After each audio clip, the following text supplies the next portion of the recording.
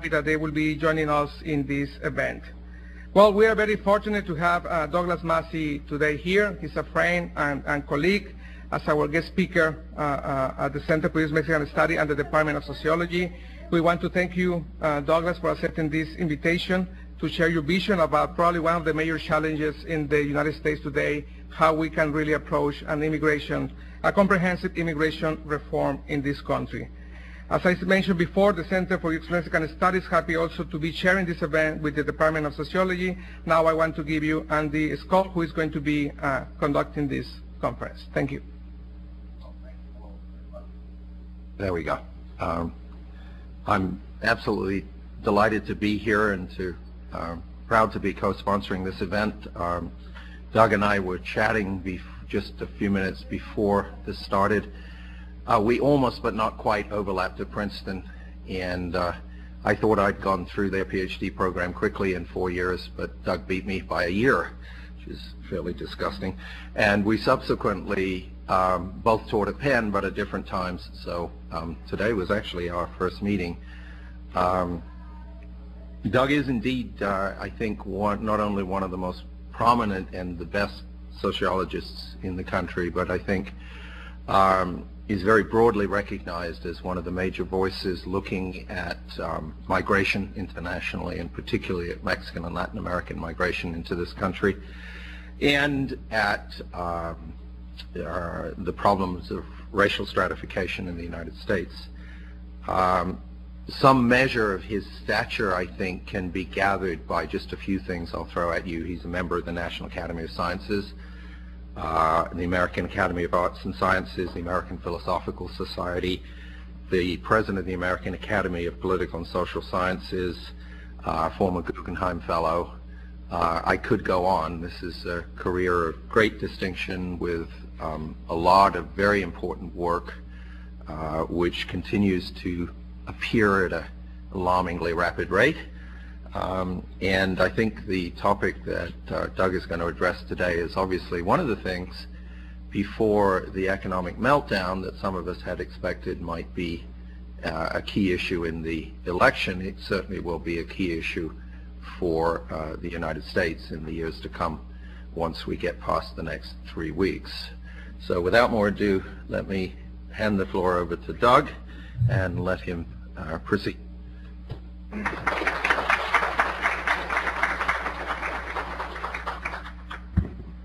Well, thank you. It's great to be at UCSD. This is actually my first official visit to UCSD. I've been to San Diego many times, crossed la Frontera, south of here many times, and actually spoken a couple times at Colegio, but this is my first visit to La Jolla. It's always nice to come to a place like San Diego because I assume you probably know more than the average American about Mexico and Mexican immigration. But still, probably like most Americans who get their information from television in particular, but the media in general, there are a lot of misunderstandings. Most of the things that most Americans believe about Mexico-U.S. migration are in fact incorrect. Most Americans believe that we are in the midst of some unprecedented boom in Mexican migration that is unique to this time and place, and that we are being invaded in new and different ways, and that if we don't toe a hard line at the border, our world will come crashing down. In point of fact, there hasn't been an increase in the inflow of Mexican immigrants to the United States in 30 years. In point of fact, the rate of outmigration from Mexico to the United States was higher in the 1920s than it is now. And with the current economic crisis in the United States, there's actually evidence of a substantial movement back to Mexico and a fall off of new entries into the United States. What I want to do is try to understand some of the historical foundations for where we are today, because I think you can't understand the current state of affairs without understanding a little of the history of the phenomenon of Mexico-U.S. migration. And I realize, of course, that most Americans don't like history, and most Americans don't know anything about history. We're a forward-looking people. we dream about tomorrow. We talk about tomorrow. We don't talk about the past. One indicator of this is, you know, I've been all over Mexico, and in any Mexican community of any size, there are tons of streets named after dates. The 20 de noviembre, 16 de septiembre, 5 de mayo, and many other more obscure ones. But I've been all over the U.S. I've never seen a 4th of July street, ever. You see Independence Street, you see Constitution Avenue, you see Market Street, you see Commerce Street, you concepts, big things, but no dates. We're not a historical people. But like William Faulkner once said, sometimes the past isn't dead, sometimes the past isn't even past. And so what I want to do first with this first slide is look at the regional origins of undocumented migration in the United States to kind of set the parameters, to set the broad scope of what we're talking about here today. So this is basically the latest indirect estimates done by Jeff Passell of the composition of the illegal population in the United States. And you can see that almost 60% are from Mexico. And another 24% are from other places in Latin America. So basically 3/4 of the undocumented population pertains to this hemisphere. And so if you solve the Mexican issues and deal with the Mexican part of the problem, everything else becomes much smaller. And just to give you a better sense of how much Mexico dwarfs everything else in comparison, here's another graph repeating in a different form the same numbers, showing the relative size of the components. So you see there's Mexico with almost 60%, and then the next closest one is El Salvador at 7%, followed by Guatemala at 3.5%, and then our nefarious neighbors to the north, Canada, at 2.5%, Haiti, then our brief experimentation with colonialism, the Philippines, Honduras, Dominican Republic, Nicaragua, and then finally Poland. You got to watch out for the Poles. Aside from the Philippines and Poland, it's all the Western Hemisphere, and aside from Canada, it's all Latin America. So if you solve the problems in this hemisphere, and especially deal with Mexico, everything else becomes much smaller. Everything else is much more manageable. It's really Mexico's the tail wagging the dog when it comes to migratory processes. So what I want to do is focus on the Mexico-U.S. case because I think it's at the core of our immigration crisis today. And I use the word crisis in a somewhat deliberate fashion. I think if you go back to oftentimes I put immigration crisis in quotes, I didn't here. And I put it in quotes not because I think it's not a crisis, but because I think if it is a crisis, and I think it is, it's a crisis of our own making. And it's not something that just happened and unfolded randomly. What I'm putting up on the board now is a lot of lines, squiggly lines. This is basically a century of Mexican migration to the United States, according to official statistics. And if I step away from the microphone, I know people here can hear me. Can they still hear me in Tijuana, do you think? No sé. Ojalá que ustedes puedan escucharme.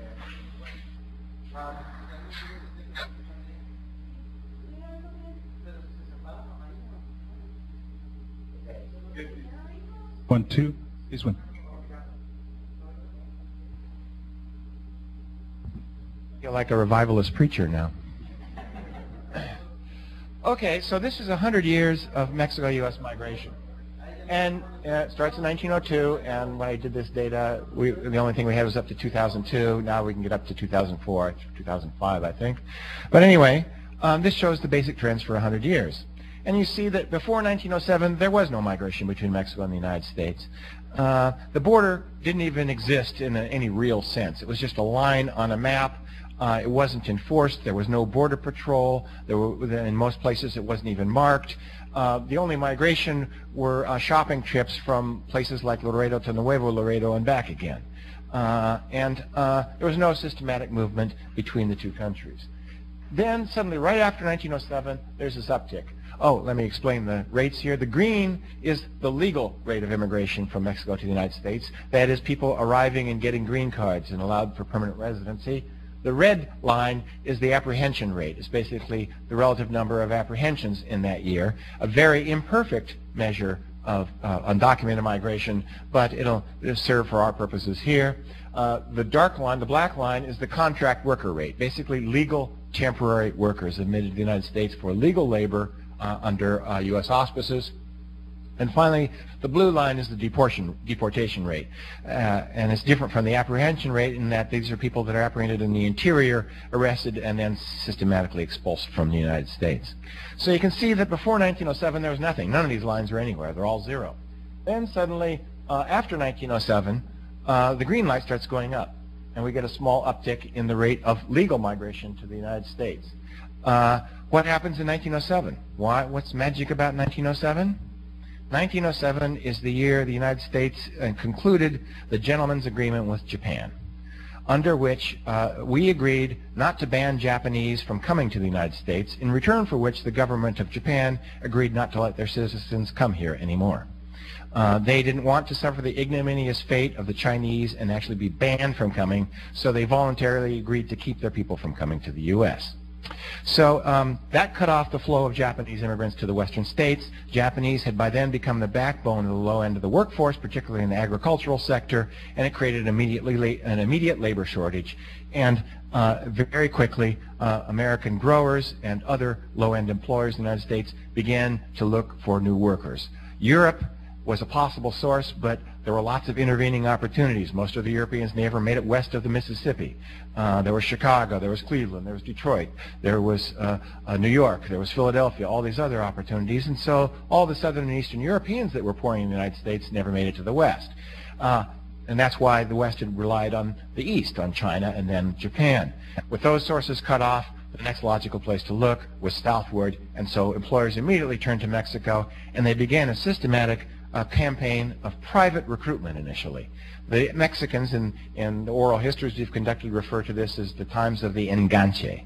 And if you know Spanish, enganche refers to hook. Basically, they were hooked, and they saw themselves as being hooked, kind of almost tricked into coming to the United States. So the U.S. employers really had to work hard to get the flows going. They didn't just occur naturally. It's not a neoclassical economic story where people are sitting around central Mexico thinking, how can I maximize my lifetime earnings? I'll go to the United States. The wages are higher there. No, employers came down, deliberately sought out Mexican peasants in Mexico, and told them that if they come to the United States, they would pay their way to the United States, and if they come there, they'd earn these high wages, and they'd be much better off, and they could send the money home and then do all these wonderful things for their family. They get there, they discover not only do they have to pay back the cost of the travel from their wages, but they have to pay for food and housing, and so they're hooked, the enganche. And in Mexican Spanish, of course, if you know Mexican Spanish, enganche, now they use a word for down payment. It's a colloquial word for down payment. You see signs, sin enganche, in the windows of the store. So you're hooked. So this picks up, and it continues, and at a fairly steady pace. Then World War I breaks out, and the United States goes into overproduction. And the government starts getting into the act because private recruitment isn't enough to satisfy the labor demand, and particularly in Midwestern places, cities like Chicago. So they begin to recruit. And then the U.S. enters the First World War in 1917. The federal government expands its recruitment program, formalizes it to a greater extent, and there's a big boom in Mexico-U.S. migration with a big uptick right here. And this continues through the war, falls after the war in 1921, but then in 1922, after 1922, it rebounds to an even higher rate than before, and the guest worker program continues apace. What happens in 1921? Of course, the U.S. passes the first quota bill, the first immigration quota law, which sought explicitly to ban Southern and Eastern Europeans from entering the United States. So now the entire country was being cut off from supplies of immigrants during a period of economic boom known retrospectively as the Roaring Twenties. So this is what historians of Mexico-U.S. migration refer to as the flood tide of Mexico-U.S. migration. In Mexico, of course, it's right after right after a very destructive revolution and civil war, so Mexico is only beginning the process of reconsolidating its political economy under new leadership. So it's a matching of labor supply and labor demand. And this flood tide occurs in peaks, goes to a trough, peaks again in the late 1920s. But if you look, you see that this peak here, the rate of migration is greater than legal migration in the mid-20s is greater than at any point in the remaining history, except for this blip here, which I'll come to and explain later on. But basically, rates of outmigration from Mexico to the United States were higher in the 1920s than they are now. Of course, as quickly as the United States started recruitment and then formalized recruitment under federal auspices and opened the door to mass migration, and we're talking hundreds of thousands of people settling per year, as quickly as they were welcomed, the welcome mat was jerked away after 1929. When the stock market crashed, the U.S. entered a Great Depression, and the recruitment was replaced by a systematic campaign of deportation. So you can see that's almost a mirror image. So these blips here, you get these blips here, it's just flipped. So welcoming people here, deporting them here, same people. This was a massive extra-legal deportation campaign in the course of about 5 years, from 1929 to 1934. Something around 450,000 Mexicans were rounded up in the United States without due process of law. State and local authorities under federal deputization would simply cordon off a Mexican neighborhood, sweep through. If you couldn't prove then and there that you had the right to remain, you were taken to the local rail yard, loaded on a boxcar, shipped back to the closest border crossing point, and simply dumped across. And this was done to many legal resident aliens and their native-born U.S. citizen children. So between in 5 years, 400,000 to 500,000 people are systematically deported. And during the 1930s, this deportation campaign, combined with the Depression, ended Mexican migration for a period of about 5 years. There was no migration back and forth during the 1930s. The migration chains that had gotten developed in this earlier period were systematically broken. People were deported, and Mexican migration, Mexico-U.S. migration, was effectively stopped. Then, of course, another war comes on, and the U.S. is attacked in 1941, and in 1942 finds itself in a global war, and a full military mobilization, full-scale draft. All available workers are either in the military or in the defense industry, and the Okies that had been streaming into California in the 1930s to take agricultural jobs were now shifting out of the valleys and coming to places like San Diego and Los Angeles to work in defense industries for unionized jobs at high wages, and they weren't going to go back to the agricultural labor. So Congress, the growers in the southwestern states, immediately prevailed upon Congress to set up a recruitment program, and again in 1942 launched under federal auspices the Bracero program, a guest worker program that was at the time envisioned as a short-term temporary wartime measure, but in fact ended up lasting 22 years. The Bracero program basically once again it required some force, some action to go down and recruit people. You were recruiting people that 10 years ago had been deported, and they were not keen to come back, so you had to convince them.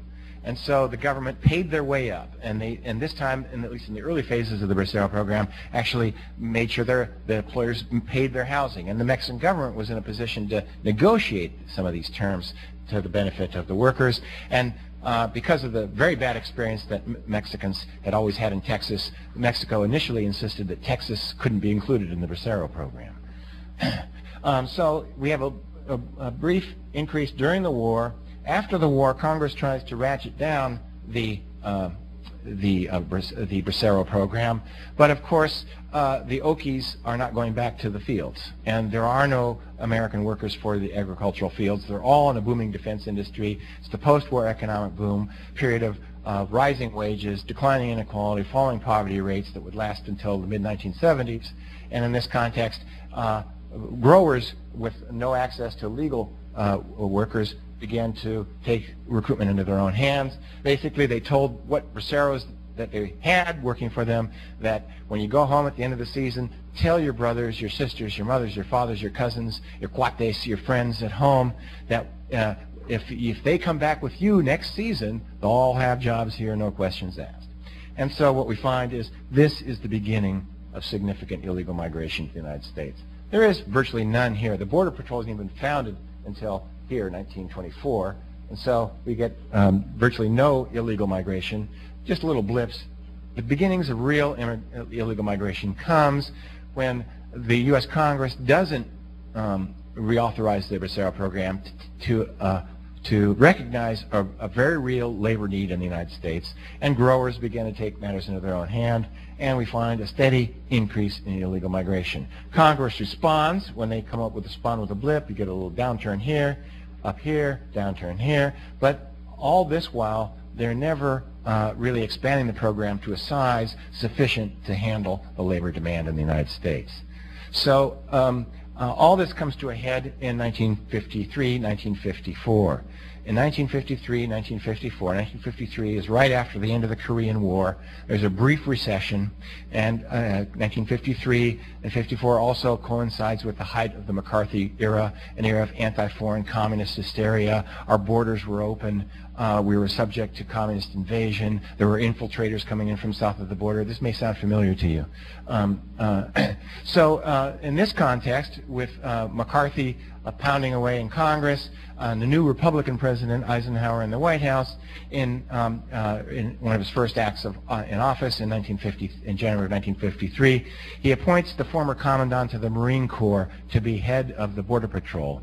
And as head of the Border Patrol, he responds to the public outcry and launches Operation Wetback. Operation Wetback is the first full-scale militarization of the Mexico-U.S. border. It's the first year that there were more than 1 million apprehensions along the Mexico-U.S. border. There was a massive mobilization of federal resources with deputization of local authorities, and basically all over the southwestern states and along the border, Mexicans were arrested in droves and deported back to Mexico. Now, if you listen to Lou Dobbs or some of the other pundits today, they say, what we need is another Operation Wetback, because we got tough back in the mid-1950s. We militarized. We said no, don't cross this line, and we solved the problem of illegal migration. And they attribute it all to the militarization. Well, that's not really what happened. Because if you look and see quietly, as with great fanfare, they're mobilizing the military on the border with lots of press photography, lots of coverage, standing up and beating the foreigners away. Quietly, Congress doubled the size of the guest worker program. And when they doubled the size of the guest worker program, finally, it was enough to handle the very legitimate labor demands that were coming from the agricultural growers. So from 1955 to 1959, the Bracero program basically eliminated the need for illegal migrants, and it fell to token numbers. What we're talking about here is a temporary labor program of 450,000 workers per year. 450,000 Mexicans being brought into the United States every year to perform short-term labor on visas of up to 6 months. There was also a renewed growth in illegal migration at this time, not approaching the levels of the 1920s, but still picking up. And then suddenly, as the Bracero program had appeared and then expanded in the late 50s, in the early 1960s it fell out of favor. And this occurred in the context of an ongoing civil rights movement in the United States. In 1965, a number of notable things happened. In 1964, of course, we passed the Voting Rights Act. Passed the first Civil Rights Act, the Civil Rights Act. And in 1964, Congress agreed to end the guest worker program. They ended the guest worker program not because it was an act of immigration policy. They saw it as an act of civil rights policy. It was seen as an exploitative labor program, which of course it was, on a par with sharecropping in the South. And so, under pressure from a variety of different groups, They scrapped the Bracero program, and in 1965, Congress, again, in a civil rights, what was seen as a civil rights move at the time, passed amendments to the Immigration and Nationality Act to end the racially restrictive quotas that had been placed on people from Europe. So by 1965, the powers in Congress were people like Peter Rodino, the son of Italian immigrants, Dan Rostenkowski, the son of Polish immigrants, and they were mad that their grandparents had been treated so shabbily. And so they joined this became a civil rights mantra to end racism in the American immigration system, and they scrapped the old discriminatory quotas, which had stacked the deck in favor of immigrants from Northern and Western Europe and tried to keep out Southern and Eastern Europeans, and made a neutral system that gave 20,000 visas to each country, which actually is not neutral because countries differ wildly in size. So 20,000 visas means one thing in Andorra and another thing in Germany. But nonetheless, it's less explicitly, not explicitly racist. Now, you'll often hear the 1965 Acts also repealed the ban on Asian immigration that had been in force since the late 19th, early 20th century. And you'll often hear that the 65 Immigration Act revolutionized immigration in the United States and led to a shift away from European origins towards Latin American and Asian origins. Well, that's only partly true. It's true. The Asian part is true. Before 65, there was virtually no Asian immigration in the United States. After 65, it expands tremendously.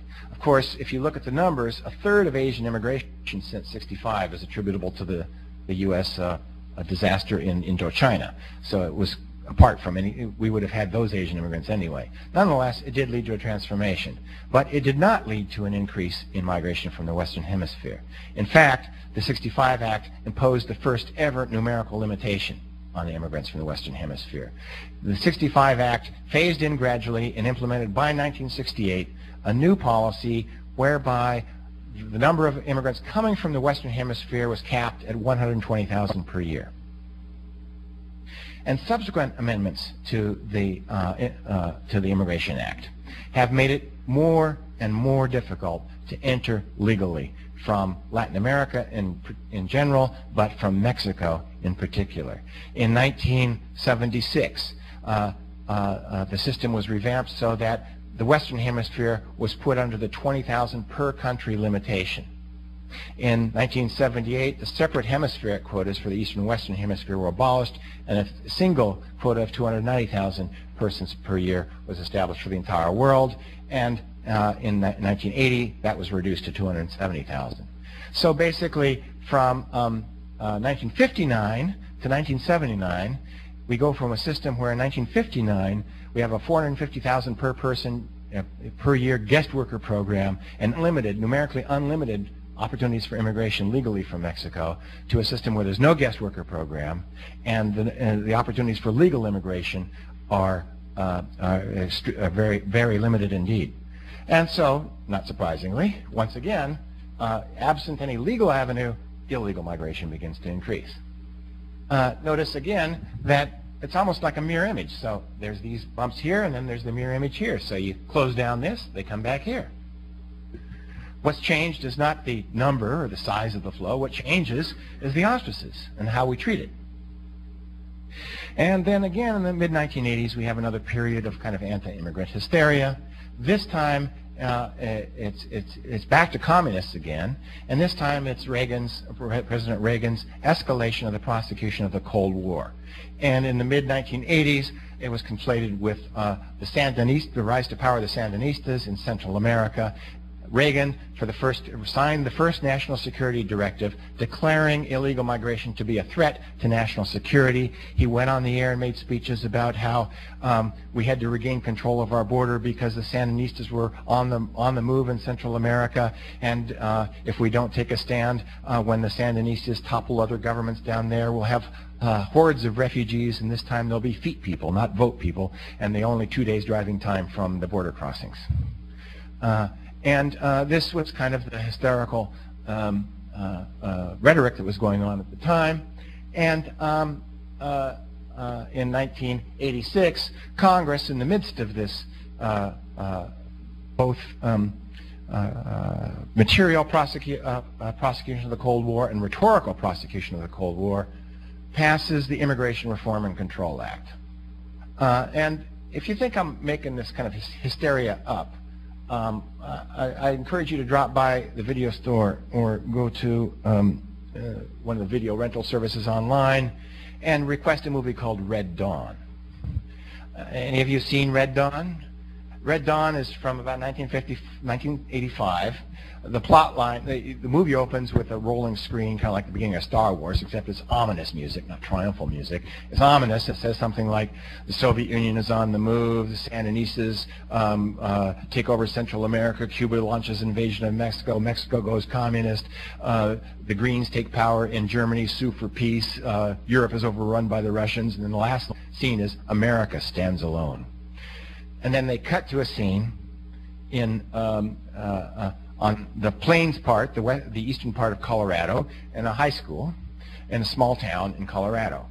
And it's a small town in Colorado, right? So it's all white kids, except the teacher's black. So you know that the teacher's not going to last long in this movie. So the next scene, the sky is filled with paratroopers coming down, and it's Spanish-speaking invading paratroopers commanded by Russian-speaking officers. They're invading the United States.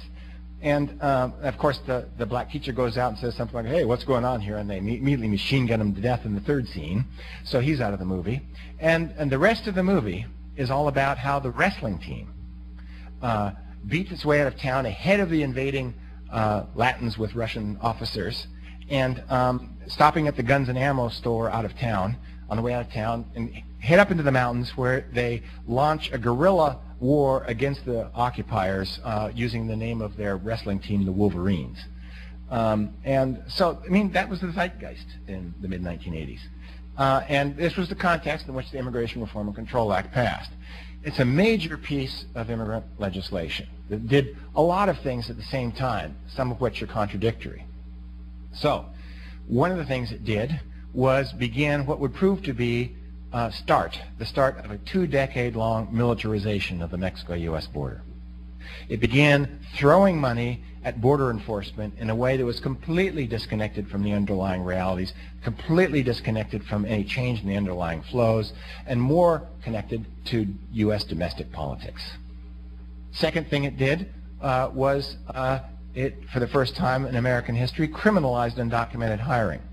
Before 1986, you know, Jose Gonzalez from San Francisco del Rincón, Guanajuato, could come up here and go to a boss and say, "Patron, I need a job, dame chamba," and the boss would say, "Hey, well, you look like a good worker, Jose, you're hired," and then give him his pay at the end of the day or the end of the week. Direct hiring. After 1986, and if the immigration authorities come to his field or factory or wherever, his workplace, and find it's full of illegal migrants, and all the migrants get arrested and deported back, but the employer is not liable for anything because it's not illegal to hire somebody, and he can be shocked that there are illegal migrants at his workplace. So after 1986, Jose comes and says, "I want a job," and he says, no, you have to go talk to my labor subcontractor. There's a massive shift in industries employing immigrants from direct hiring to labor subcontracting. So instead of hiring workers directly, employers now sign a contract with a citizen or resident alien who agrees to provide X number of workers at X dollars per hour to work at X task for X period of time. And then the employer pays the subcontractor, and the subcontractor pays the workers. And in return for absorbing all the risks and all the hassles and the burdens of paperwork that they really don't perform, in return for this, they pocket a portion of the wage bill as their fee. And so basically it takes money out of the pockets of what used to go into the workers, but now it's going into a middleman. So there's, that begins a massive restructuring of American labor markets that we'll get to. The final provision was to implement these various restrictive measures. They had to throw a bone to Hispanic groups, to the Catholic Church, to pro-immigrant lobbies, and so they set up 2 legalization programs. One was for the Hispanic groups and the church, the Catholic Church and so on, and that was an amnesty for people who'd been in the country for 5 years. The other one was a bone thrown to the growers, and basically they set up a special agricultural worker program that allowed anyone who'd worked for 60 days in agriculture during the year before IRCA passed to qualify for a special agricultural worker visa. And that's what's responsible for this blip here. It's not like suddenly in 1991, 1992 there was a massive increase in migration from Mexico to the U.S. What happened is these IRCA passed in '86. These people register for temporary protected status, temporary legal status. Then they adjust to permanent legal status, and then they show up as permanent immigrants in the statistical system. Now, using data that I collect in Mexico from the Mexican Migration Project, we actually can take all the people who qualified for one of the legalization programs and come up with a distribution of when they actually entered the United States and redistribute these people. And when you do that, this is what it looks like. The blip goes away. This is the real pattern of entry. So you can see that really at no time in recent years has there been a sustained increase. Illegal migration's fluctuated. It was about the same size as temporary worker migration here. Legal migration doesn't even equal the high levels that we observed in the 1920s. So the flows haven't changed all that much in the past 3 decades. The only thing that's really changed, really in almost 100 years, is U.S. policy. It keeps flipping back and forth from welcome to not welcome, from welcoming to deportation, from guest workers to no guest workers. It's the gringos that can't get their act together. So basically, if you're following what I'm saying, 6 eras of Mexican migration, the recruitment phase from 1907 to 1919, initially private, then government got involved. The flood time from 1920 to 29, when network processes took over, Mexicans flooded in to the United States in huge numbers, hundreds of thousands, followed by the era of deportations, during which time those same hundreds of thousands were systematically rounded up and thrown out of the country, then followed by the Bracero period, when we once again decided we need Mexicans, and we started recruiting them again, and actually expand to a program of 450,000 per year in the late 1950s. Then we changed our mind again and phase out the Bracero program, and at the same time make it increasingly difficult to migrate legally, and so we end up with the era of undocumented migration. And now we're in a period that I call the era of contradiction. The era of contradiction because, in my estimation, we're trying to do two diametrically opposed things at the same time. On the one hand, we have grown increasingly close to Mexico in economic terms. We have forced Mexico to join GATT. Then we joined with Mexico to negotiate a North American Free Trade Agreement. We have negotiated a treaty that basically arranges for the closer integration of the North American economy, making explicit provisions to reduce barriers along the border to the cross-border movement of goods, of capital, of information, of services, and indeed many kinds of people. But magically, within this integrated economy that we're otherwise creating by treaty, we want to pretend labor markets aren't going to integrate. And to finesse the contradiction, somehow we want an integrated economy where all factors of production are mobile except one. To finesse the contradiction, we've been throwing more and more and more money at border enforcement in a symbolic gesture to convince Americans that somehow the border is quote unquote under control. 2 key dates in the new era of contradiction. In 1986, under pressure from the U.S., Mexico joins GATT, the General Agreement on Tariffs and Trade.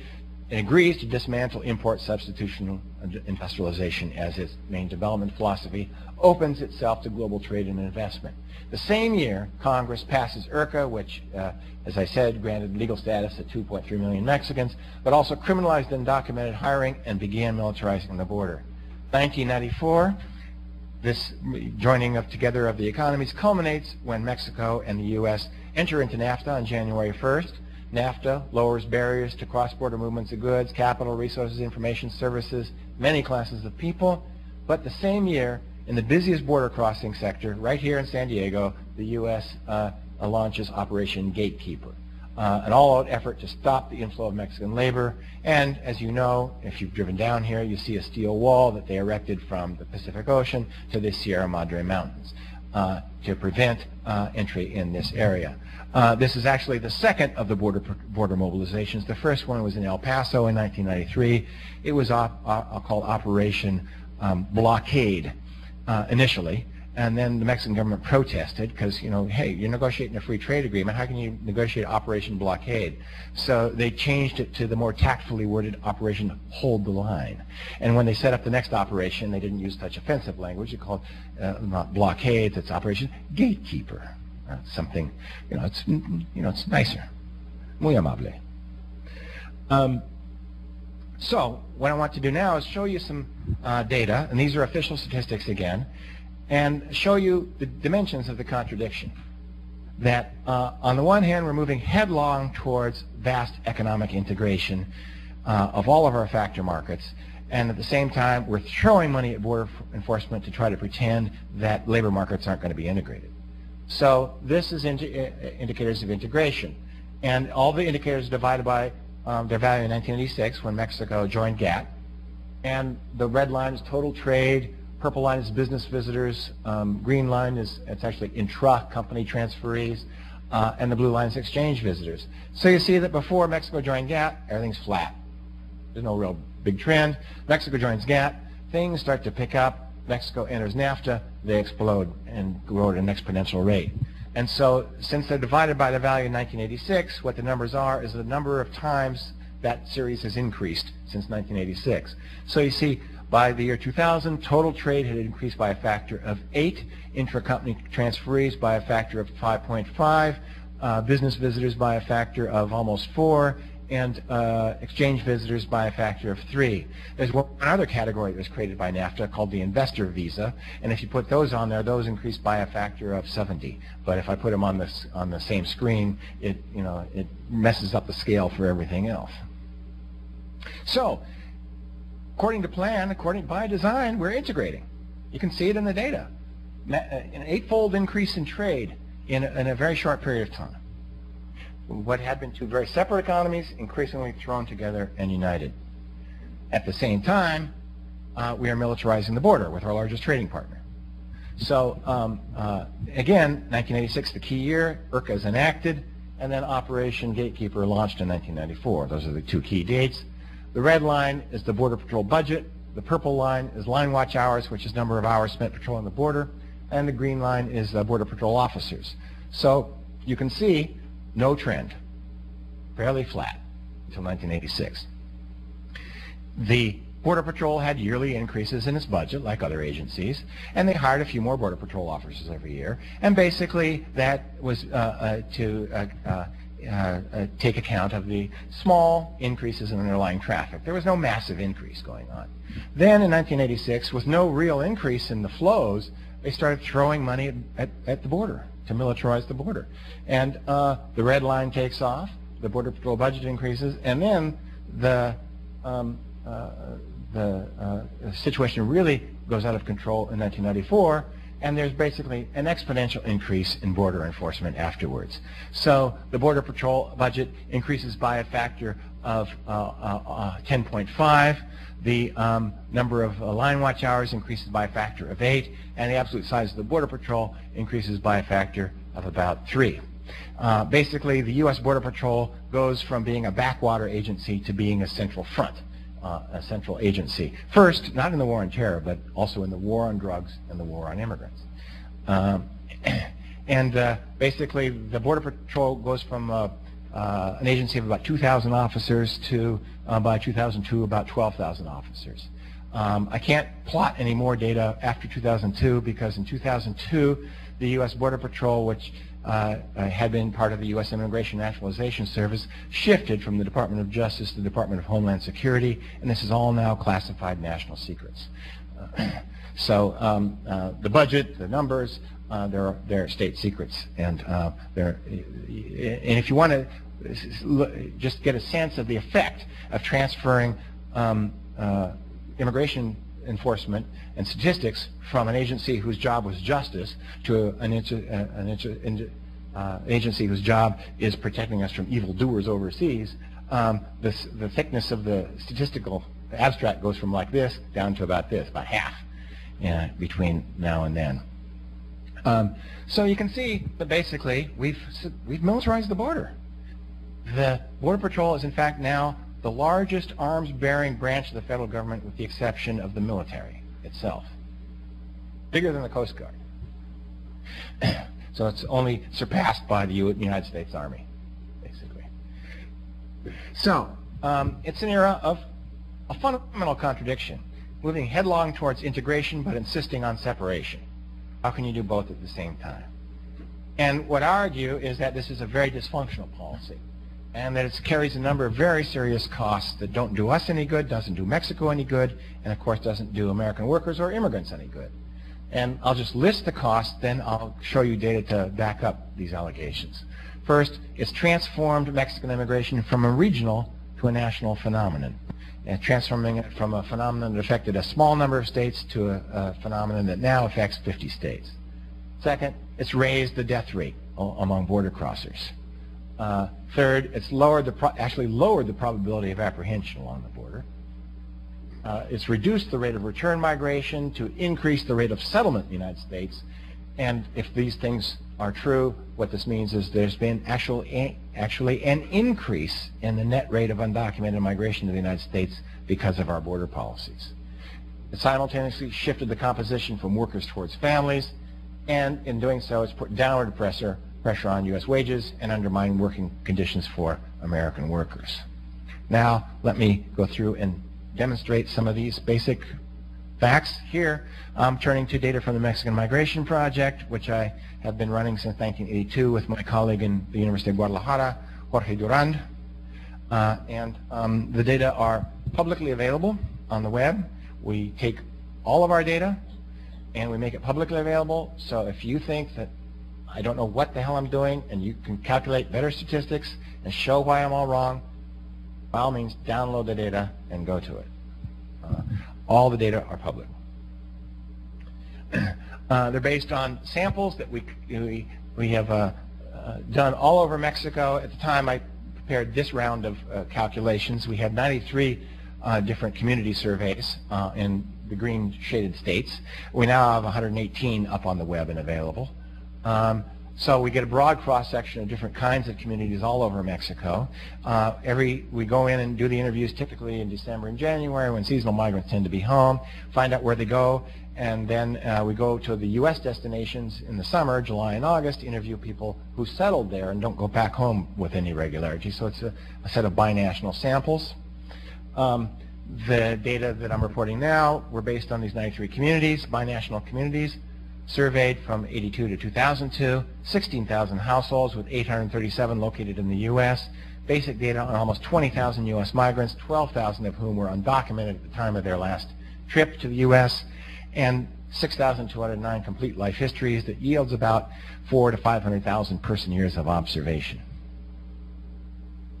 So now I'm going to use our data to show you some of these consequences. The first consequence is a change in the geography of immigration and border crossing, and basically a major transformation. So what I have up here are two series. Red is those going to a new crossing point, where new is defined as not Tijuana, San Diego, not El Paso, Juarez, any place else along the border. So you can see that before, up through the mid-1980s, just past IRCA, more and more people were crossing through San Diego and through El Paso. And by about 1988, 89, about 70% were crossing in those two sectors alone. Okay, well then, here we start militarizing, and we start militarizing in San Diego and El Paso because they're the busiest. And then we launched the border blockades, where we do an all-out effort to stop, and literally building fences and keeping people from crossing in these two sectors, and immigrants being reasonable people, quickly just when they literally hit the fence, hit the steel wall, oh, well, let's not cross here anymore, let's cross somewhere else. And so they switched their crossing behavior in record numbers until by now almost two-thirds are crossing somewhere else. Where else are they crossing? The biggest change is in Arizona. Instead of coming in through the urban corridor in Tijuana or the urban corridor in Juarez, they're crossing in open country through the Sonoran Desert into Arizona, southern Arizona. Now, this had a number of important consequences. If you're in southern Arizona, the world is turned upside down. And you think there is a brand new invasion. And you call the press, and the press comes down and says, my God, there's a brand new invasion. There's a new invasion from Mexico. In point of fact, nothing has changed except the place of border crossing. The same number of people, just crossing a different place. The difference is that 20,000 Mexicans arriving per week to cross from Tijuana into San Diego don't make a big impression. So, you know, you're going to call the Border Patrol and say, hey, I saw 5 Mexicans in a phone booth in Chula Vista. You know, okay. 20,000 Mexican migrants crossing through open desert into open ranch land makes a big impression. 20,000 migrants crossing to Douglas, Arizona, which has a population of about 20,000, had a population of about 20,000, make a big impression. So suddenly, the media is all attracted to this part of the border, and the storyline is a new invasion. But in fact, the only thing that's changed is our policy, and we made it very difficult to cross in the populated, built-up area, and now they're going across this open area, where they're much more visible and exposed. Of course, now once we've diverted them away from Southern California, they cross the border in southern Arizona. They're miles from a labor market, and you know, some can go to Tucson, some can go to Phoenix, but you know, so once they're across the border, what happened was they were diverted away. They just kept on going, and so the blue line here shows the proportion of people going to a new destination, where a new destination is any state other than the big 3. The big 3 being California, of course, is the biggest. Texas? Anybody know the third?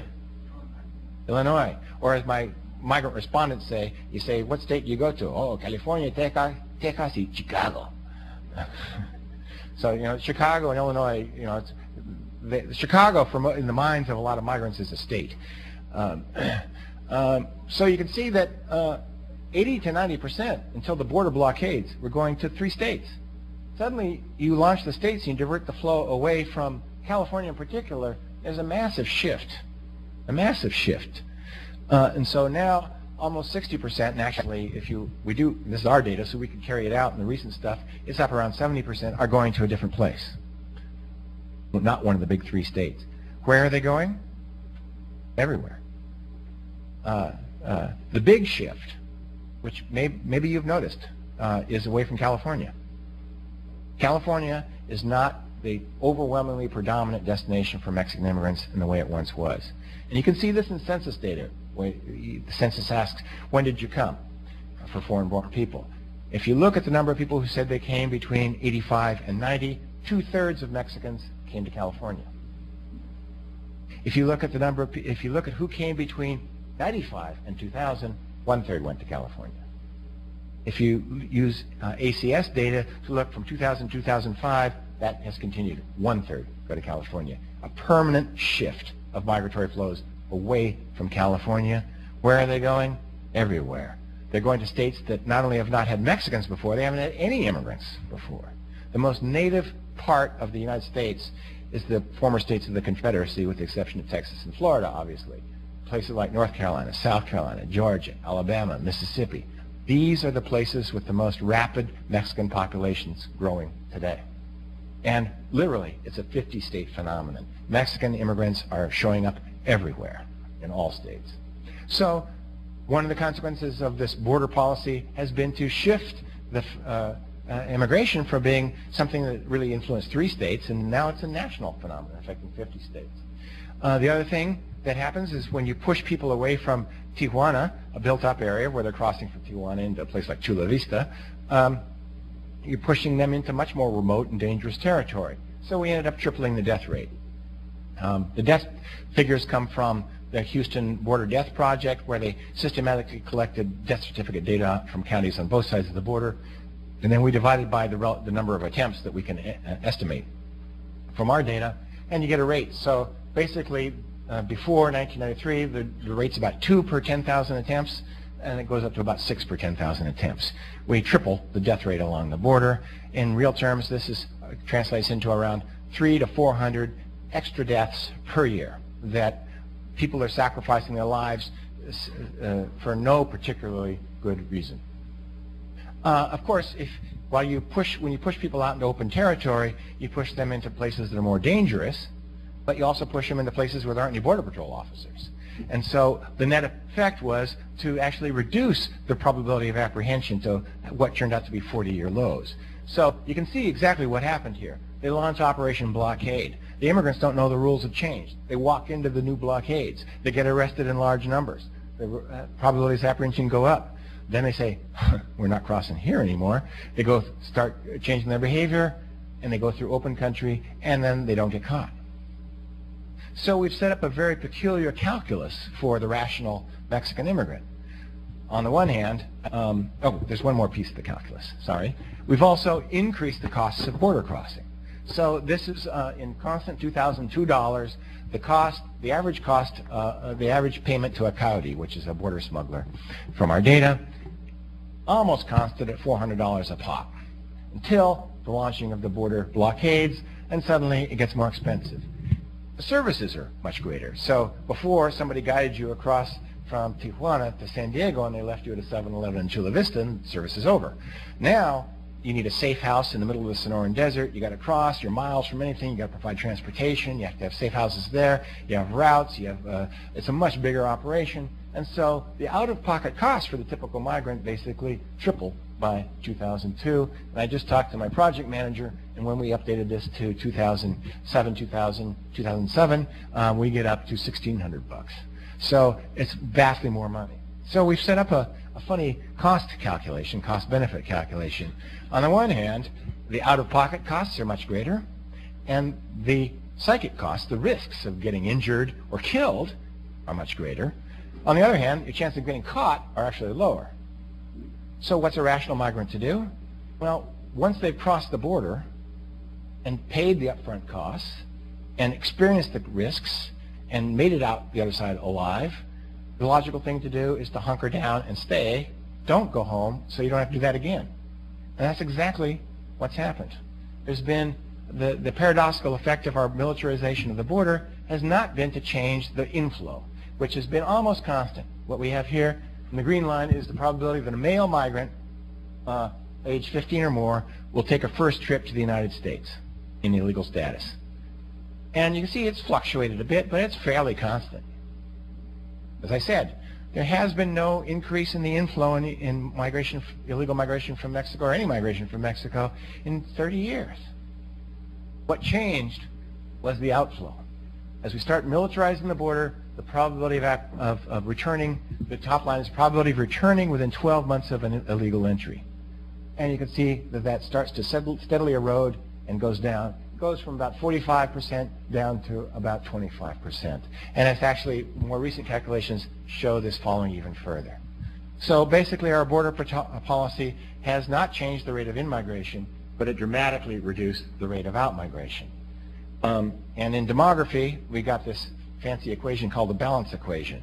That means net migration equals in-migration minus out-migration. So if in-migration stays the same and then you reduce out-migration, guess what? Net migration increases. And this is census data. So you can see this is the Mexican population of the U.S., the total Mexican population. It's increasing steadily at a regular rate, and then these various border operations kick in, and suddenly the rate of increase doubles in the late 1990s. We've doubled the rate of Mexican population growth. We've essentially, by cutting the return rate in half, we've doubled the rate of undocumented population growth. So instead of solving the problem, if we think having a bunch of undocumented people in the United States is a problem, we've actually made it much bigger. In fact, we now have an unprecedented 12 million or more people out of status in the United States. The last thing is that we've got much more undocumented migrants, and they are scattered more widely, and competing in more labor market sectors at a time when employers have been forced into subcontracting arrangements.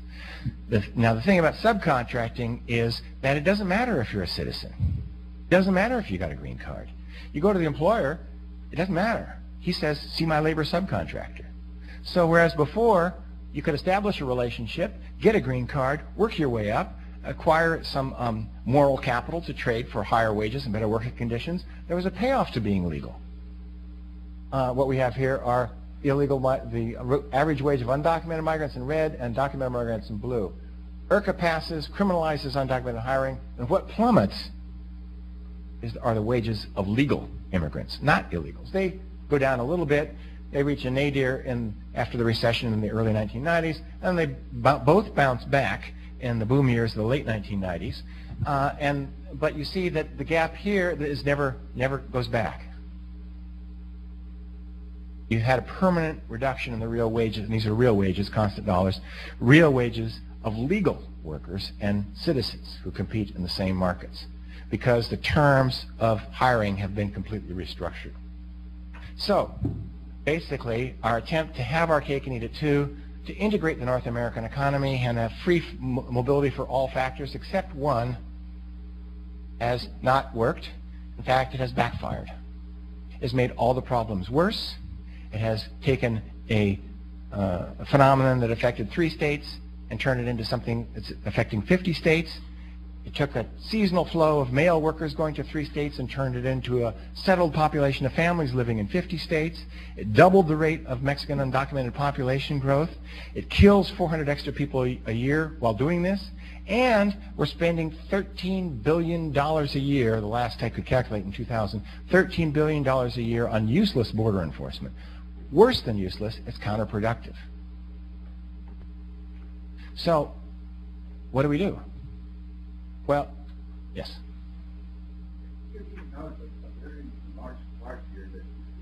Major concern to Americans, and that is that the white population hasn't reproduced to replacement levels in 1971, and so it was 9% in 1964, 90% down to 68%, and only 58% among those below the age of 19. Yes.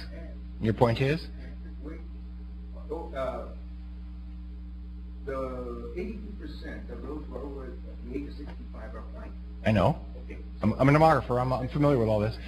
The decline of the white is causing, actually, the pull in this country. Yes. The reproductive rate in Mexico and Central America is high. Guatemala is 4.4. Mexico's 2.4. So Mexico's at 2.2, 2.3 now. you know, 2.3. It was 2.1 here. I mean, Mexico's trivially different from the U.S. now in terms of fertility. Statistics I have 2.3. The point is that those who are coming in, especially young children, are very poorly educated. The PISA program I know. assessments to the academic performance places Mexico in the bottom floor at zero. 67% of people in Mexico can't pass the basic. So if you're worried about the shift in the racial composition of the U.S., and if you're worried about declining education composition of the United States, it would be better to have a strategy of temporary guest workers, where people would rotate in to perform the needed labor and then rotate back out and not bring their families. No, because the reproductive rate of the United States especially is very high. So that by 2043, it's a very short time from now, half the population is going to be minority. But if you look at the academic scores of the minorities, they're the lowest in the 60 countries. That is a domestic problem. But that's a concern. That's a concern. That is a concern. But let's not conflate that with immigration policy. Related immigration, because the lowest scores of all the students of the 60 countries come from Mexico.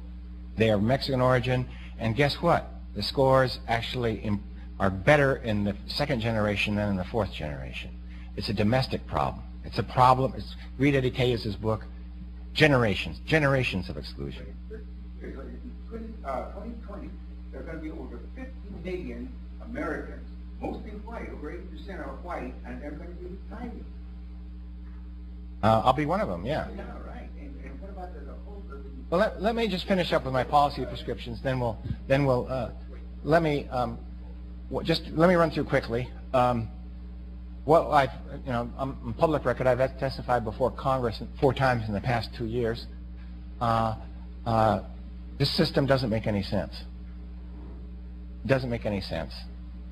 What I've been advocating is that what we should really do is adopt the European Union as a model and take the European Union as a model. Follow the policies that they followed when they integrated Spain and Portugal in the early 1980s. Spain and Portugal, very poor countries, vastly below the wages prevailing in Northern Europe, coming off of 40 years of fascist dictatorship, protected, antiquated economies. Now, they petitioned to get into the European Union, and the Northern Europeans were worried. There'll be a flood of Spanish refugees, immigrants. And Spanish had been migrating into Northern Europe for years in large numbers. So it wasn't an idle worry. It was backed up by fact. But they decided to arrange the union, and rather than spending $13 billion a year to put a wall along the Pyrenees to prevent the Spanish from entering, they set up a trajectory to free labor mobility, and in recognition of the fact that integrating their economy with Northern Europe was going to involve costs and transitions, they gave them 10 years of structural adjustment assistance. I think I've got some statistics on this. So this is the Spanish economy and its opening over time. And this is the wage gap between Spain and Northern Europe. And as you can see, it accelerated after Spain applied for entry, and then has remained constant. It hasn't closed. According to neoclassical economics, all the Spaniards should continue moving until those lines converge, but they didn't. What happened was there was a massive mobility back to Spain. And in fact, Spain started attracting lots of Germans. Instead of spending money on border enforcement, this is what the European Union was spending on 3 major structural adjustment funds, spending about the same amount of money that we're spending on border enforcement to assist Spain in bringing its social infrastructure, its economic infrastructure, its physical infrastructure up to the standards of the European Union. So just to show you that Mexico and Spain are very similar, here's the shift to openness in the 2 countries. And let's see. I'll show you one more. And just to show you that things are, this is Poland. The green line is Poland, and the red line is Mexico. And you see their shift to openness is about the same. And but Poland is joining the European Union and getting free labor mobility. And so the case of Poland is not much different than the case of the United States, than Mexico. In fact, their per capita income is about the same. So the Europeans are not repeating and not doing the mistakes. You know, what we should be doing, if we in 1994 had treated Mexico the same way that Northern Europe treated Spain and Portugal, we wouldn't be in an immigration crisis today. Now, what does this mean in practical terms? One, we've got to increase the size of the quota for Mexico. We've got a completely integrated economy at this point, and Mexico has the same quota for immigrants as any other country in the world. Mexico and Canada. Don't forget, Canada is the 4th largest source of illegal migrants to the United States. Mexico and Canada get 20,000 visas per year. So Mexico, a country of 106 million people, $1 trillion economy, to whom we're linked with a 2,000-mile border and a free trade agreement that's integrating our economy, gets 20,000 visas, the same number as Botswana. It makes no sense whatsoever. And it creates illegal migration because all those connections create legitimate demands for a resident visa. And it's a two-way street. There are 1 million Americans living in Mexico, many out of status. They overstay their tourist visas. Second, most migrants, when they come to the United States, aren't seeking to move here permanently. They're seeking to migrate temporarily to the United States to earn money to solve an economic problem at home. And historically, the vast majority have returned home. From 1965 to 1985, 85% of undocumented entries were offset by departures, and there was a small net increase. by militarizing the border, we actually frustrate the natural desire of the average Mexican to return home. And as we've seen, it's only lowered the rate of return migration and increased the rate of settlement in the United States. So a guest worker program makes sense. There are entire classes of jobs that are never going to be done by native workers. There hasn't been a native white American working in agriculture since the 1930s. And that's not going to change. And they say, oh, well, just raise wages. If you raise wages, those producers will be out of business and they will lose to foreign producers. In fact, because of the border militarization, the spot labor shortages are becoming difficult here in California, and some California growers are actually buying farms and leasing land in Mexico to start their production processes there. So you just drive the tax-producing enterprises out of the country. Meat processing is another example. It's not a job where anyone could possibly work for a 30 or 40-year career. And in the 1980s, there was a massive transformation of the meat processing industry.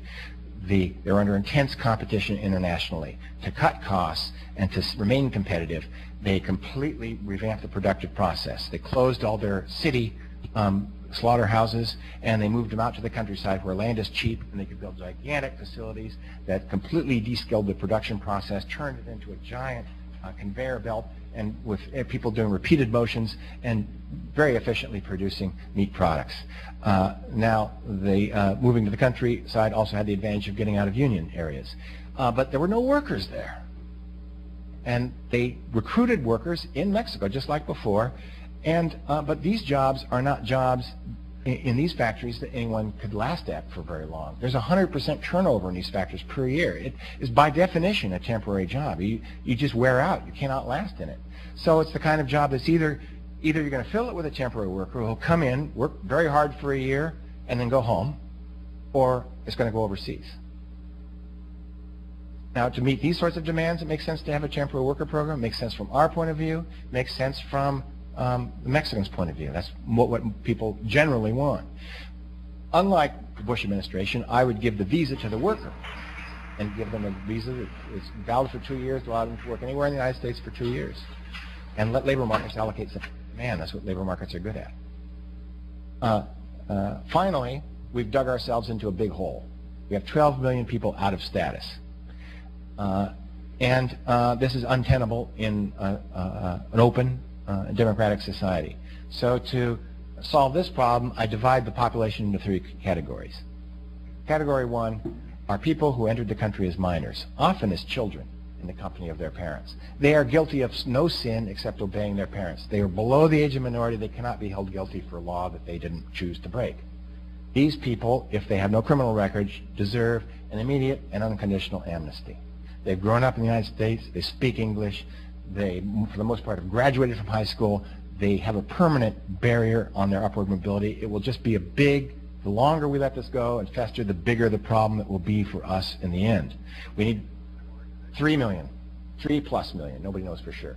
The 12 million, 3+ million are in this category. Okay, the rest divide into 2 groups. Some of them will be happy with a guest worker visa. So you give them a guest worker visa for 2 more years, they'll work and then they'll go home. But at this point, there are a lot of people out of status who've been here for a long time. And for those people, I think the only humane policy is one of an earned legalization program, where you set up a track. You allow them to register for temporary legal status, and then you set up a track to permanent residence, where they earn points for paying taxes, for learning English, for taking a civics course, for being a homeowner, for having American-born children, whatever set of criteria you want to define to be a good citizen. And then as they earn these points and get enough, then they can adjust and become permanent resident aliens of the United States. And Americans seem to be in a very punitive mood these days. If you want to punish them, because after all they are lawbreakers, you could fine them at the end. Make them pay a $3,000 fine, a $5,000 fine. Whatever, they'd be willing to pay whatever you ask. It's better than the situation. And then you let them get on with their lives.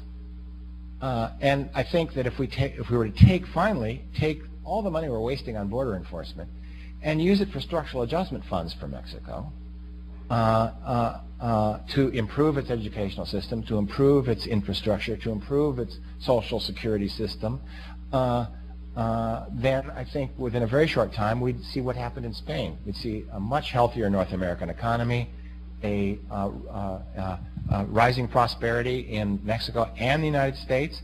The wage gap doesn't have to close. The Spanish case shows it doesn't have to close for migration to stop. And we'd end up with a much smaller population in Mexico, much healthier Mexico, much more protections for American workers, and better for everyone all around. Okay, we're going to move to a Q&A period now. And Doug, could you come and sit over here so you can use this mic? And the mic you have been using is going to be passed around the room for the questions. You got one back there. Okay. So if we can take questions now from the audience. Doug, do you want to do it directly, or would you prefer me to? Okay. I really like your position. Just wait for the mic. The propositions you made, but I'm just trying to think from the political point of view. And I was just wondering if there is all this data showing that the militarization of the border is not helping to prevent the migration flow. I'm just wondering, like, trying to think from the point of view of from the labor market, and I was just thinking about the agribusiness, for instance. They must have some advantage of all this illegal, of all this immigration law that is making more immigrants. Yeah, that's a kind of a cynical Marxist interpretation, which may have some merit. But if you look at what's happened with immigration reform, businesses they're not the ones opposing it. They want a guest worker program, and they're willing to go along with fairly flexible guest worker programs along the lines that I propose. They're going to lobby to try to get the visas tied to the employer, but if push came to shove, they wouldn't stand in the way of a guest worker program. And they want a regularization of undocumented migrants. They don't want a whole bunch of people in illegal status, because that's not good for them either, because it's very disruptive when they come in and arrest your entire workforce and shut down your factory. So business isn't the one that's opposing it. And in the past, labor was more difficult in imposing immigration reform, but that also has changed. The large labor groups, the Service Employees International Union, even the Teamsters, and even the AFL-CIO have now come around to supporting immigration reform because they see organizing immigrant workers as an avenue for growth, and they understand that unless they can bring these people above board, legalize them, and make them organizable, that they're going to have a very difficult time in trying to move forward on a union agenda. So the unions are behind immigration reform. Who's against immigration reform? Back when they were debating the 1986 immigration law, Frank Bean did an analysis looking at characteristics of congressional districts and what predicted whether or not somebody voted against the immigration reform back then. And then the two whopping coefficients in the model were a % Native white and % Republican. So basically, if you look at the opinion poll data, it's about 20% of the population who are adamantly opposed to immigrants, and they feel very passionately about this issue, and they will turn up the heat on anyone who thinks otherwise. And they make life difficult for any politician who moves forward on immigration reform. If you look at opinion poll data, 60% plus of Americans support every one of these policies that I've outlined to you. But this 20% is so vocal, so well organized, and so single-minded that they've so far been able to stymie everything. Immigration reform came close to passing in Congress this past year, but again, they pulled out all the stops, and people that were kind of wavering, worried about the politics, caved. So what you need is somebody to stand up and assume some leadership here, because the politics are really not that bad. The people who hate the immigrants are really a small fraction of the population, and they're the tail wagging the dog. What you need to do is have people stand up to speak honestly about immigration and what it means, and moreover stand up to the demagoguery that occurs that has transformed the Mexico-U.S. border from a binational issue involving Mexico-U.S. and integrating North America into a central front on the war on terror. The border has now become a symbolic stage upon which American insecurities are played out in respect to the war on terror. Somebody needs to get up and say, Mexico's got nothing to do with the war on terror. None of the 9/11 terrorists came from Mexico. They all came through on illegal tourist visas or came in through Canada. You could have tripled the size of the Border Patrol and it would have had no effect on 9/11. There are no Islamic populations to speak of in Mexico. There are no terrorist cells in Mexico. No terrorist has ever crossed from Mexico into the United States as part of an Islamic terrorist plot. If you were Al-Qaeda and you wanted to have a good launching pad to attack the United States, where would you go? Tijuana, where you face the most militarized border anywhere in the world and you stick out like a sore thumb? Or would you go to Toronto, where you can blend in with a large indigenous Islamic community that has known terrorist cells, that has organized to send terrorists in the United States, and then when the time comes to strike, you just waltz in across an undefended border. All of this crap about the Mexico-U.S. border being a central front in the war on terror is a lot of hooey, and somebody needs to get up and tell that to the public. Yes. Professor, do you see a potential for change once we get through the rhetoric of this interminable political campaign? And what do you see by either candidate for legitimate hopes for the future? Well, I do see some possibility, and it's interesting because McCain is the Republican candidate, and because of his record on immigration reform before he flopped the other way, he's in no position to raise it as a wedge issue. And you notice he hasn't mentioned it. So the Republicans cannot use immigration as a wedge issue to stir up the electorate in this election, which means that it's going to be under the radar. People aren't going to be worked up about immigration. It's not going to be a hot button issue, and it means whoever enters the White House after the elections, I think, has a window of opportunity to move forward on immigration reform, particularly if the Democrats are able to increase their majorities, and especially if they can pick up a filibuster-proof majority in the Senate side. Ironically, well, there's a lot of sympathy. This is an issue that doesn't fall cleanly on party lines, and so I think that there's a lot of potential for a bipartisan reform measure on this. And McCain, if he happens to be elected, is going to be looking for some kind of legislative success in his early in office, and this is one that he could possibly do with bipartisan support.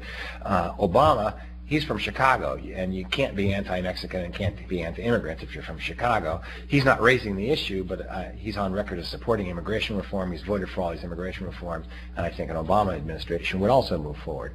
I think what's more critical is what happens in Congress and the Senate in terms of the size of the majorities of Democrats, and what happens to some of the more vociferous anti-immigrant people in the coming election. Yeah.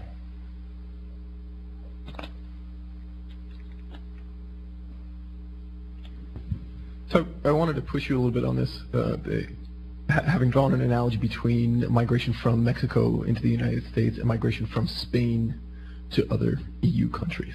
I thought maybe I would do that just by playing dumb and saying that it seems to me that the two cases are totally dissimilar, and just suggesting that, for example, if you look at, let's say, the level of malnutrition and compare that indicator between Spain and Mexico, or the level of home ownership, and make that comparison between Spain and Mexico, that you'd be hard-pressed to suggest that the case of migrants leaving Spain to other EU countries is similar to the case of Mexican migrants entering the United States, especially those Mexican migrants who are progressively coming not from the traditional sending communities, but from new sending communities that lie in some of the most marginalized and poorest areas of Mexico. I guess I would just invite you to flesh out that comparison and show how wrong I am. One thing you can't do is look at Spain now. You have to look at Spain when Franco died, back in 1974. And Spain then does not look that much different than Mexico now compared to the U.S. in relative standing.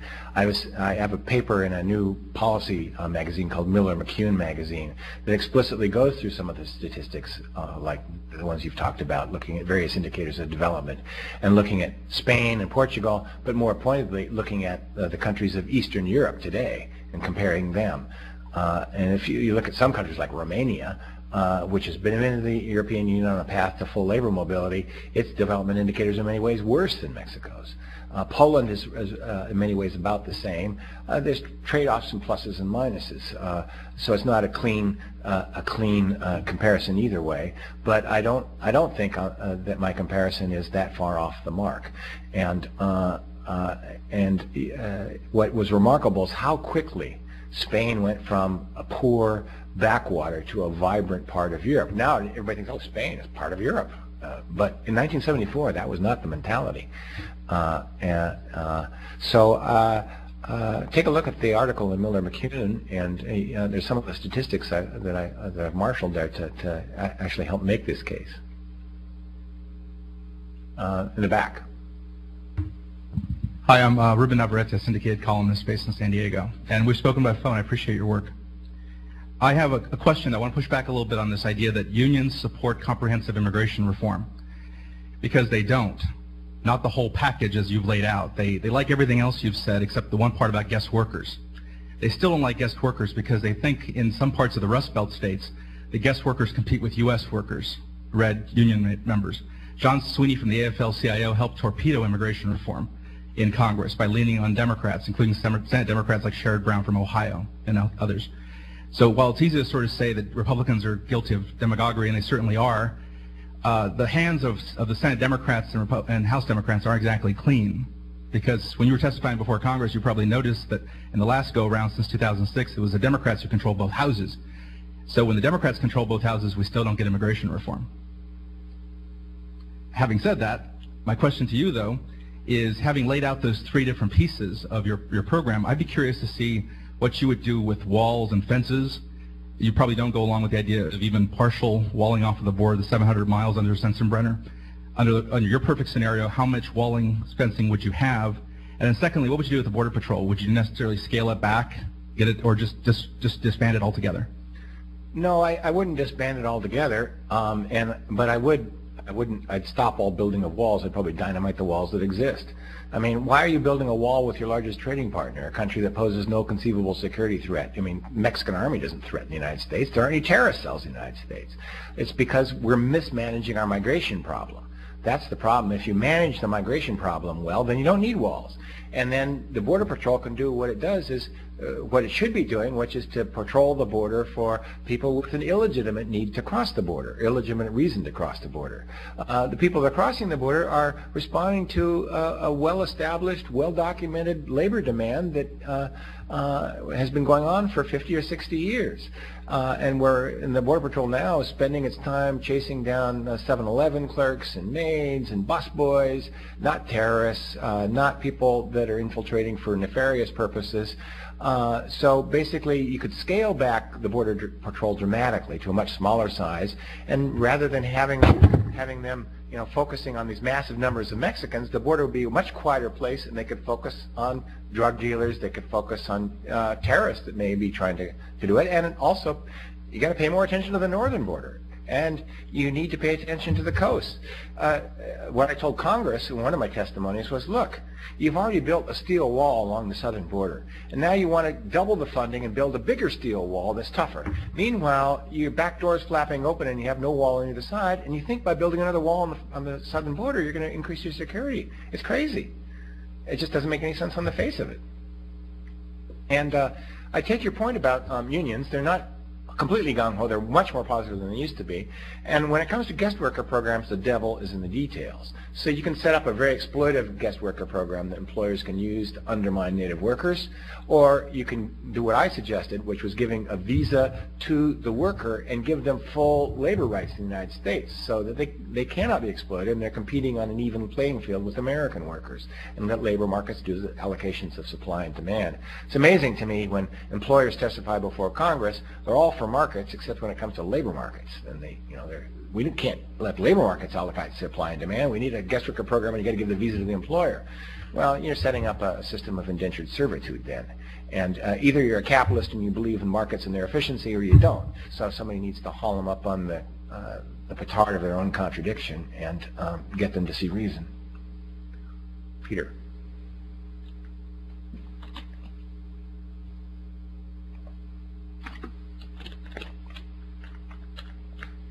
I'd like to just, going off what you said, push you a little further on that. And, if the solution is to give people a 2-year visa and let them, let the labor markets allocate it, why a 2-year visa? Why not give them a permanent visa?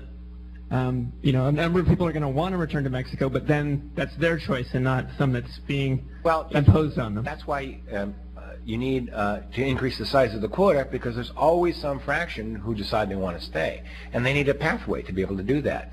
So that if you only allow 20,000 visas per year, there's just not enough visas to go around. But if you were to increase it to something like 100,000 visas per year for Mexico and Canada, in recognition of the fact that there are neighbors and we're integrated in an increasingly integrated North American economy, then you have that avenue by which people could enter into the United States in legal status.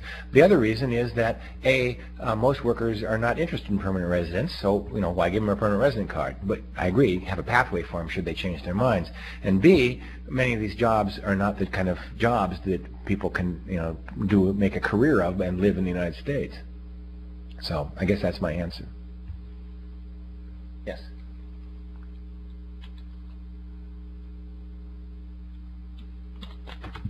Hi. I wanted to ask what you thought, given the downturn in the U.S. economy and given how you so clearly laid out how linked the Mexican and U.S. economy is, what, if any, changes you thought there would be in migration patterns? Well, in the Mexican Migration Project, we already are seeing changes. The rate of new entry to the United States is falling.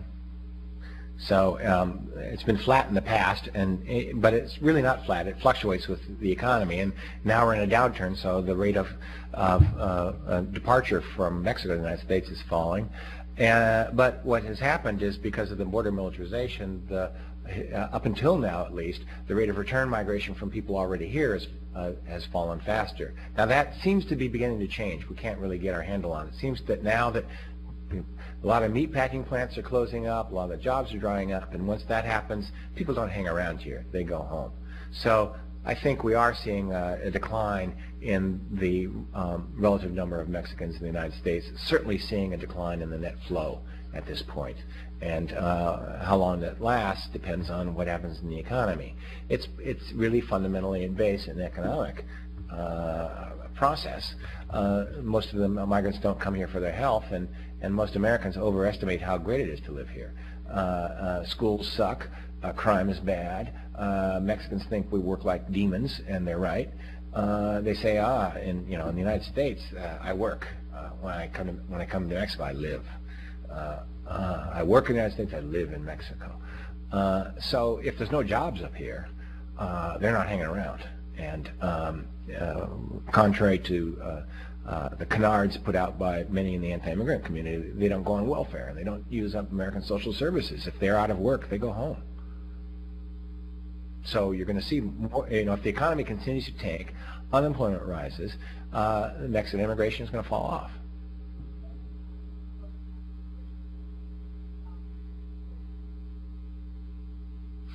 Well, Mexico's already seeing a falling off in remittances, which partly reflects the changes in the flows that I just outlined. But I've been predicting it for a long time, because we know that the longer you stay in the United States, the less likely you are to remit, and the less the amount you send when you send.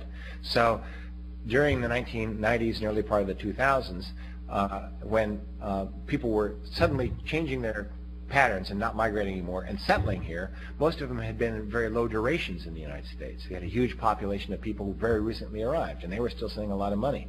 But as those people age and spend more and more time in the United States, their remittances are going to decline, especially as family reunification occurs and the family members join north. If they have an empty house down in Mexico, they're not going to be remitting money to it. So increasingly, we'll be sorting out into families that are based here versus families that are based there. But Mexico, up until now, if you look at the key sending states, the historical sending states in western Mexico, west central Mexico, they actually are having labor shortages in the agricultural sector, and they're importing Guatemalans and Chiapans to do a lot of the work that the people in Jalisco used to do, but they're now in the U.S. So there are some opportunities down in Mexico. But then the other question is, which is hard to predict, is if the U.S. economy tanks, that's going to have a ripple effect in Mexico, and its employment is also going to go up. So I think a lot will depend on what happens in the markets in the next several months, and particularly the outcome of the election. My prediction is if somehow John McCain were to win, I think the markets would actually tank even further. I don't think that most people on Wall Street have a whole lot of confidence in his understanding of the economy.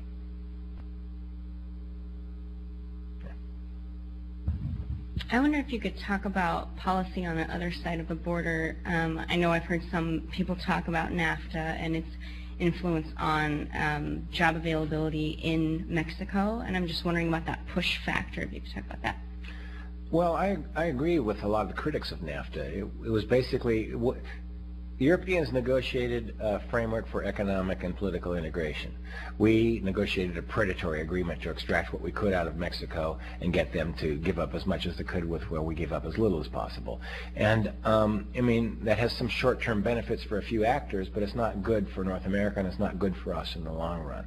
So I would revisit NAFTA and look at a lot of its provisions and open up American markets more freely to particularly agricultural goods from Mexico. We forced them to take off their subsidies, but we didn't reciprocate. And make labor movement a part of the broader North American exchange. I mean, make it explicitly part of the free trade agreement. So you integrate integration policy and labor policy into this, and also strengthen the environmental accords. And more broadly, do this as part of a bilateral conversation, really a trilateral conversation. So we are talking about an integrated North America with Canada, Mexico, and the United States. They're increasingly sharing, they're increasing integrated markets. There are increasing numbers of Canadians in the U.S. and Americans in Canada, Americans in Mexico. You can't integrate and not have people moving in these integrated markets. And so it needs to be much more of a multilateral engagement. The Mexicans have been very open to it, and the Mexicans proposed setting up a kind of structural adjustment agreement, and they were slapped down by the Bush administration, who said, we don't do Marshall Plans anymore. You know, unless you're Iraq, then you get $1 trillion a year Marshall Plan. But no, I think it was very penny wise and pound foolish.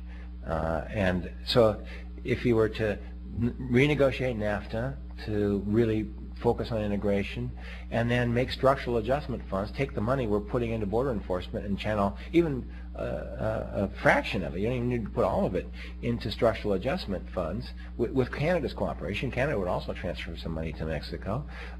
It could raise up its social infrastructure, its social security system, its welfare system to a certain level, improve its educational levels, put money into schools, put money into its basic infrastructure of water, sewage, roads.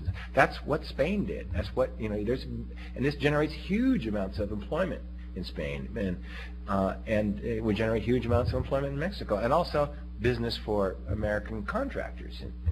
So I think it should be a win-win for everybody if we could do this. But it requires a fundamental shift in the way Americans think. Americans think about Mexicans as the other, and you have to start thinking about North Americans as us. Thanks. It strikes me that a lot of the folks who are likely to pass an immigration reform are likely to include the first part that you mentioned about, you know, some kind of structured legalization and amnesty, but much less likely to work on the second part, which is redirecting funds from the Border Patrol to structural adjustment. I mean, that seems like a politically, if not impossible, a lot further off. And my question is, if we were to get one and not the other, isn't it possible that an immigration reform could look a lot more like 1986 all over again? Especially since, employer sanctions are often talked about as part of immigration reform as well. Yeah, you could. There's always a huge potential to mess up immigration reform, and I don't underestimate that. And I understand that perhaps the political price of reforms in these other areas is some rhetorical support for walls.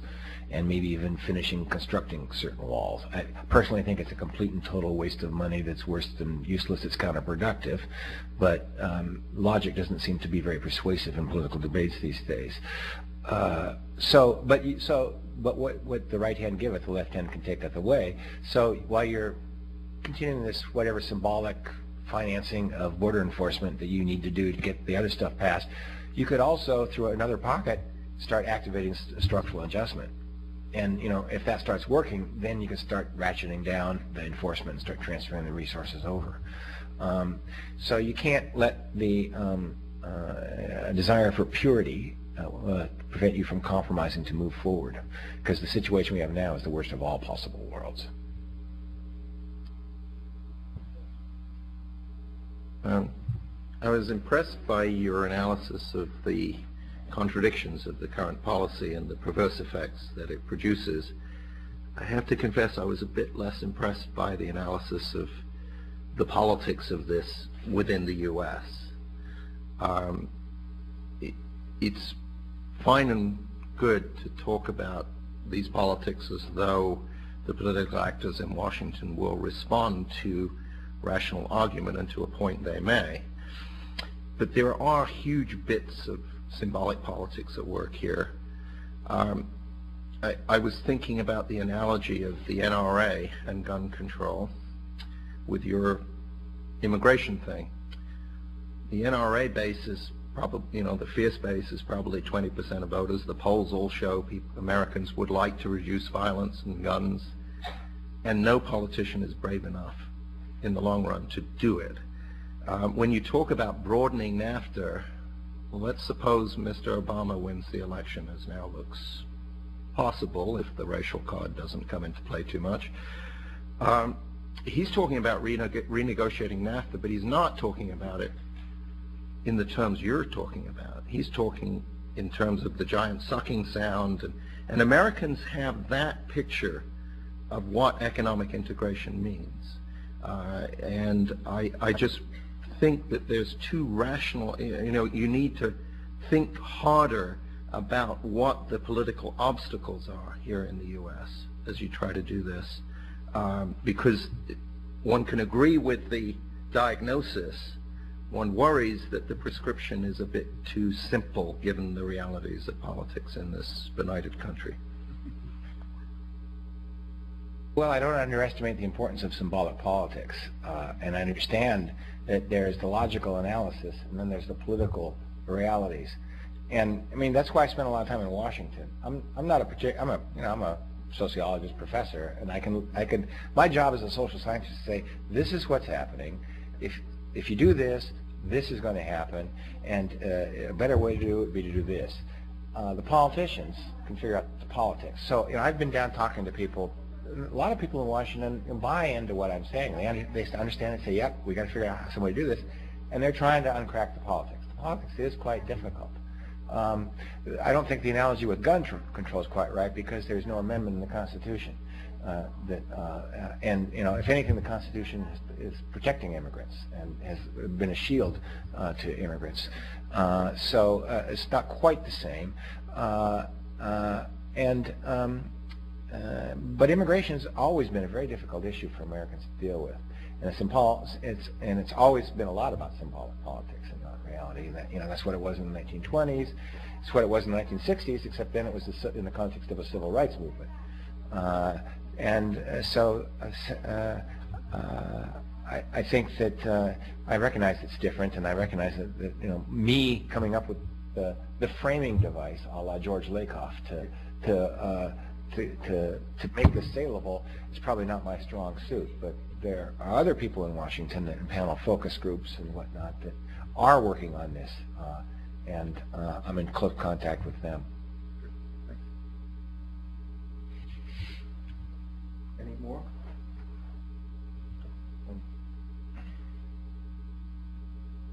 Can a guy get a drink around?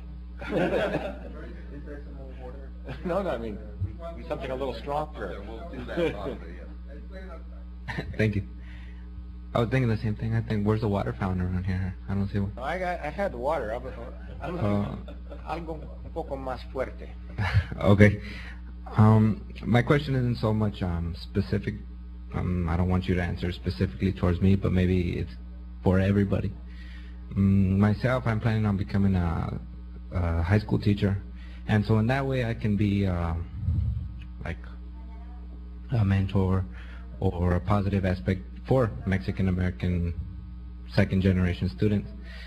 But my question is, how can we get the youth of America, how can we get more Mexican American youth? I mean, these are the children that are getting affected directly. How can we get them more involved in this immigration talk? What can we do, everybody here, to get them more involved? Because they're eventually going to be our future leaders. So that's my question. Well, from what I've seen, the young people have been pretty involved. They've been leading the way. The high schools were emptying out during these demonstrations against the Sensenbrenner bill. And the biggest thing you could do for the young generation is to legalize the 3 million of them who are out of status now, that have grown up here, speak English, they graduate from high school, sometimes they've gone to junior college and they hit a brick wall, they can't go any further. If we can legalize them and give them a path ultimately to citizenship, then I think that they're quite motivated to participate. And from what I've seen of the youth, they have been quite mobilized, especially in reaction to the anti-immigrant climate that we've observed and the attacks that we're seeing from people like Lou Dobbs and others that are demonizing Mexicans and demonizing immigrants. There's a counter-mobilization. You saw it in California first, when after Prop 187 passed, there was a massive counter-mobilization on the part of the immigrant community, and conservative districts, congressional districts in Orange County that had been Republicans suddenly switched to become Democrats. And California switched from being a safe Republican state to being a safe Democratic state. The nice thing about the United States, unlike some of our friends in Europe, is that these problems tend to be self-correcting over time, because every 18 years there's a new generation of citizens who are children of immigrants and they can vote. And you're seeing this transformation occurring.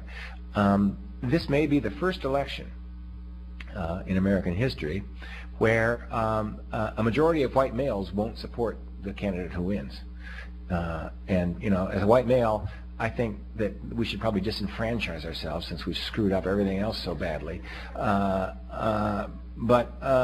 The declining demographic in America is white Anglo-Saxon Protestant male, and the future is a blend of Latino, Asian, and European in various permutations and combinations. And if you look at the polling data, the biggest factor predicting how people vote is not class, it's not gender, it's not race, it's age. And the gentleman was pointing out here, you know, above age 55, it's overwhelmingly white and European, but we're on the way out, one way or another. El Pelon, he's going to get all of us in the end, and so I think we're on the cusp of a generational transition right now, and I think this could be a realignment election. And if not now, certainly the next one, because every 4 years there's fewer of these old white guys hanging around voting. And I mean, to me, I just look at the debates and I look, John McCain, past. Obama, future. I mean, 1 foot in the grave, vibrant, young, leading us forward. Am I the only one?